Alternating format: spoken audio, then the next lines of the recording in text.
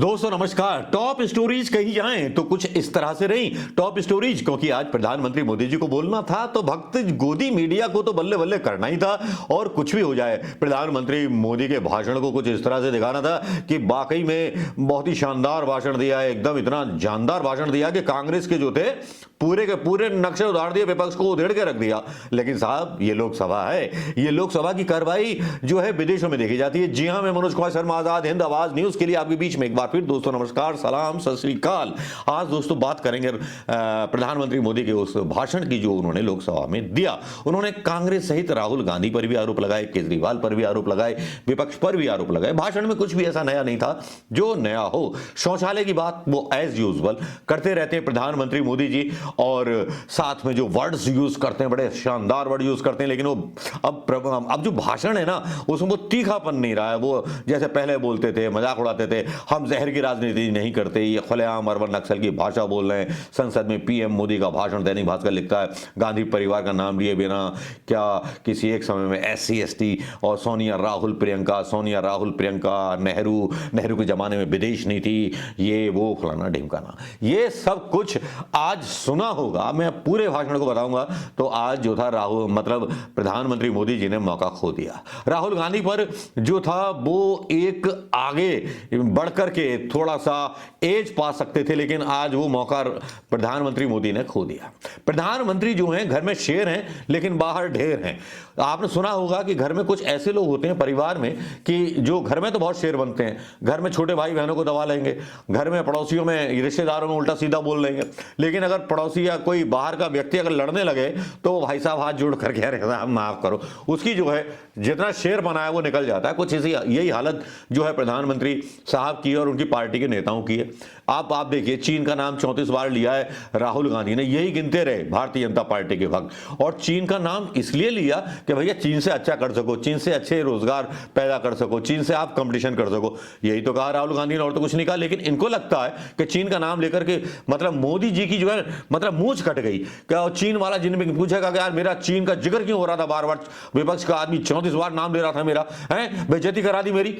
कुछ इस तरह का भाव नजर आया जब ये आलोचना कर रहे थे भारतीय जनता पार्टी। यहां मैं बात कर रहा था कि आज एज ले सकते थे प्रधानमंत्री मोदी, लेकिन वो मौका ही खो दिया। अब आप सोच रहे होंगे ऐसा क्या एज ले सकते थे, ऐसा क्या खंबा उखाड़ सकते थे? अरे खंबा नहीं, पूरे विश्वगुरु बन सकते थे आज प्रधानमंत्री मोदी जी। मतलब प्रधानमंत्री मोदी ने मौका ही खो दिया, विश्वगुरु बन सकते थे ठीक उस तरह से जिस तरह से कनाडा के जस्टिन ट्रूडो का नाम तो आपने सुना ही होगा।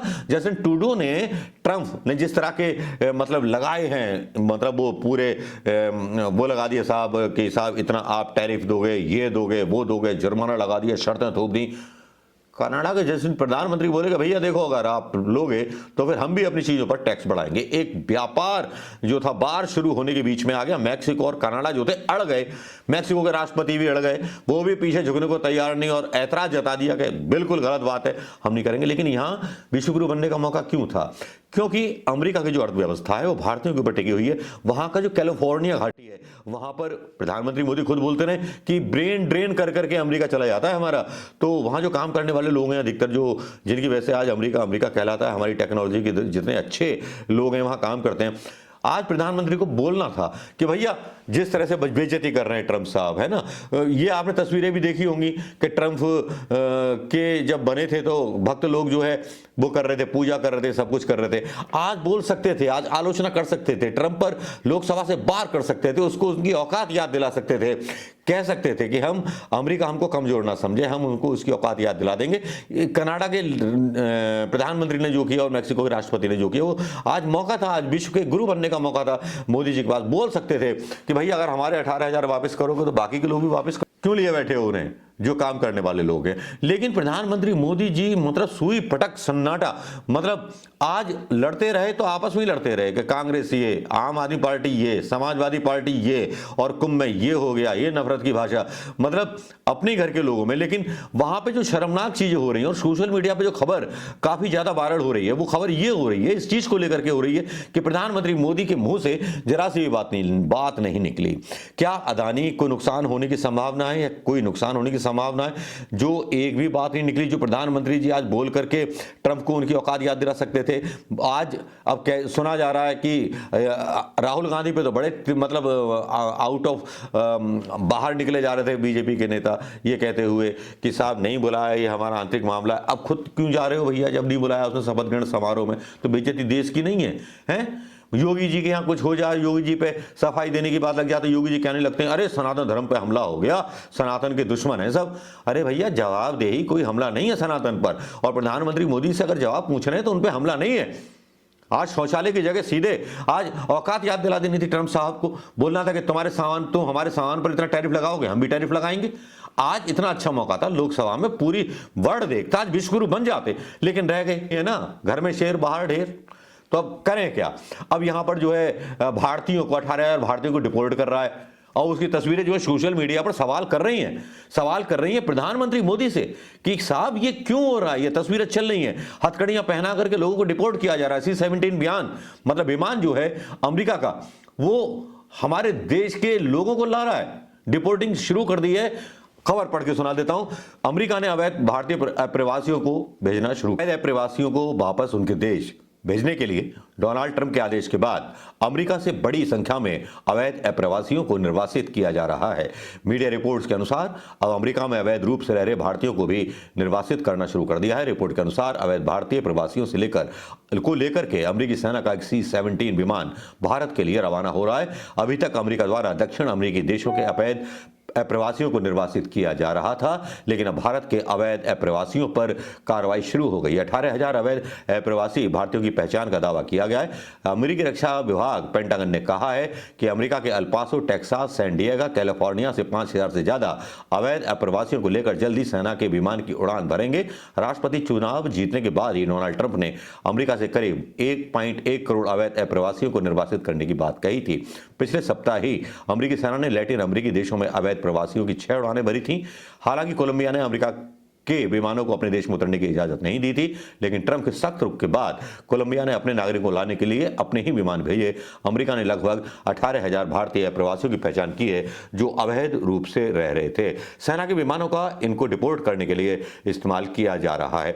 भाई ये तो रही खबर मतलब ट्रंप के बारे में कि किस तरह से मतलब जो दावा करते थे, भक्त दावा करते थे कि मोदी जी की सब सुनते हैं, देश की सब सुनते हैं, पहले कोई नहीं सुनता था। लेकिन अब क्या हुआ? अभी 18,000 प्रवासी जो भारतीय रह रहे हैं वो यहां आएंगे, क्या कुंभ नहाने आएंगे या भंडारा करेंगे या क्या करेंगे? हालांकि इनमें अधिकतर संख्या बता रहे हैं लोग गुजराती हो या मद्रासी हो या महाराष्ट्रियन हो। उस एंगल से हमें नहीं देखना चाहिए, हमें सीधी सी बात करनी चाहिए कि जो यहां से बेचारे 48 घंटे की यात्रा करेंगे, आएंगे और यहां पर बेरोजगारी का सामना करेंगे, जबकि यहां रोजगार नहीं है। योगी जी भी दावा कर चुके हैं कि यूक्रेन में सेना में भर्ती थे लोग, तो इस पर बड़े मतलब अपनी पीठ ठोक रहे थे योगी जी भी और मोदी जी भी पीठ ठोक रहे थे। लेकिन ये डंकी मार करके, डंकी पर पिक्चर ही बनी थी, शाहरुख खान ने बनाई थी, आपने देखी होगी। तो यहां से जो जाते हैं लोग, लाखों रुपए लेकर के जाते हैं, 50-50, 40-40 लाख रुपए खर्च करते हैं। प्रधानमंत्री मोदी जी अभी तक देश में 50-40 लाख रुपए लगा करके अगर स्किल इंडिया में शुरू हो सकता है तो ये करा सकते थे। लेकिन अप्रवासी भारतीय जो आ रहे हैं, इससे भारत की जो है साख गिरी है, और इस पर प्रधानमंत्री मोदी का रिएक्शन ना देना एक तरह से वही बात है कि ट्रंप ने अभी उंगली पकड़ी है, अभी गरिमान पकड़ेगा फिर थपयाएगा, तो इसको थपयाना जरूरी था। आज वो मौका खो दिया मोदी जी ने, और आज बहुत अच्छा उनके पास मौका था। लेकिन आज मतलब कहते हैं ना कि आज इंदिरा गांधी होती तो क्या होता, या राहुल गांधी होती तो क्या होते, सीधे सीधे अल्टीमेटम दे दिया गया हो। बोलें तो बोलें क्या, मतलब मीडिया में आप देखते रहते हो क्या क्या दिखाते रहते हैं, क्या क्या नहीं दिखाते। आप अगर मेरी बात गलत हो, मैं भक्तों से पूछता हूं, मेरी बात गलत हो तो बोलना यार। जो 18,000 आ रहे हैं उसमें ये छोड़ दो कि कौन हिंदू है, कौन मुसलमान है, कौन सिख है, कौन ईसाई, लेकिन आ तो भारतीय रहे ना, उनका लोड तो अपने ऊपर ही पड़ेगा ना। जब 18,000 को भेज रहा है तो कैलिफोर्निया में जो है उन्हें भेज दे तो भैया मतलब मोदी जी ने मतलब मौका खो दिया। आपको क्या लगता है, क्या मोदी जी को संसद में आपस में लड़ना चाहिए था, या अमेरिका के ट्रंप को उतार के जूता साले को चमका देना चाहिए था? हाँ भाई, कोई भी होता चमका देता, लेकिन यहां तो घर में शेर बाहर ढेर। अपने विचार जरूर दीजिएगा दोस्तों कि मौके का फायदा प्रधानमंत्री उठाने से चूक गए, या ट्रंप के बारे में बात करना लोकसभा के अंदर असंसदीय होता। तो थोड़ा सा मुझे भी क्लियर हो जाए कि बोल सकते थे, नहीं बोल सकते थे, क्योंकि मैं तो आम आदमी हूँ, वो मोटी बुद्धि का आदमी हूँ, पता नहीं, मैं तो अनुमान ही लगा सकता हूँ। मैं तो मोटी बुद्धि से यही सोच रहा हूँ कि यार इतना डपयाए होते आज टीवी पर जितना नेहरू जी को गरियाते हैं, कांग्रेस को गरियाते हैं, थोड़ा लोकसभा वाला टीवी सब देख रहा होगा ना, तो आज गरिया देना चाहिए था ट्रंप को, आज का औकात याद दिलाना था। लेकिन चीन का 35 बार राहुल गांधी ने नाम लिया कल, उस पर डर गए यार। अमेरिका के ट्रंप से कैसे बिगाड़ ले, ट्रंप तो वैसे ही फूफाजी हैं, उनके लिए तो वैसे ही हवन वगैरह होते रहते हैं, क्यों, है कि नहीं दोस्तों। नमस्कार, जय हिंद, सलामत रहिएगा और कमेंट करिएगा, शेयर कीजिएगा।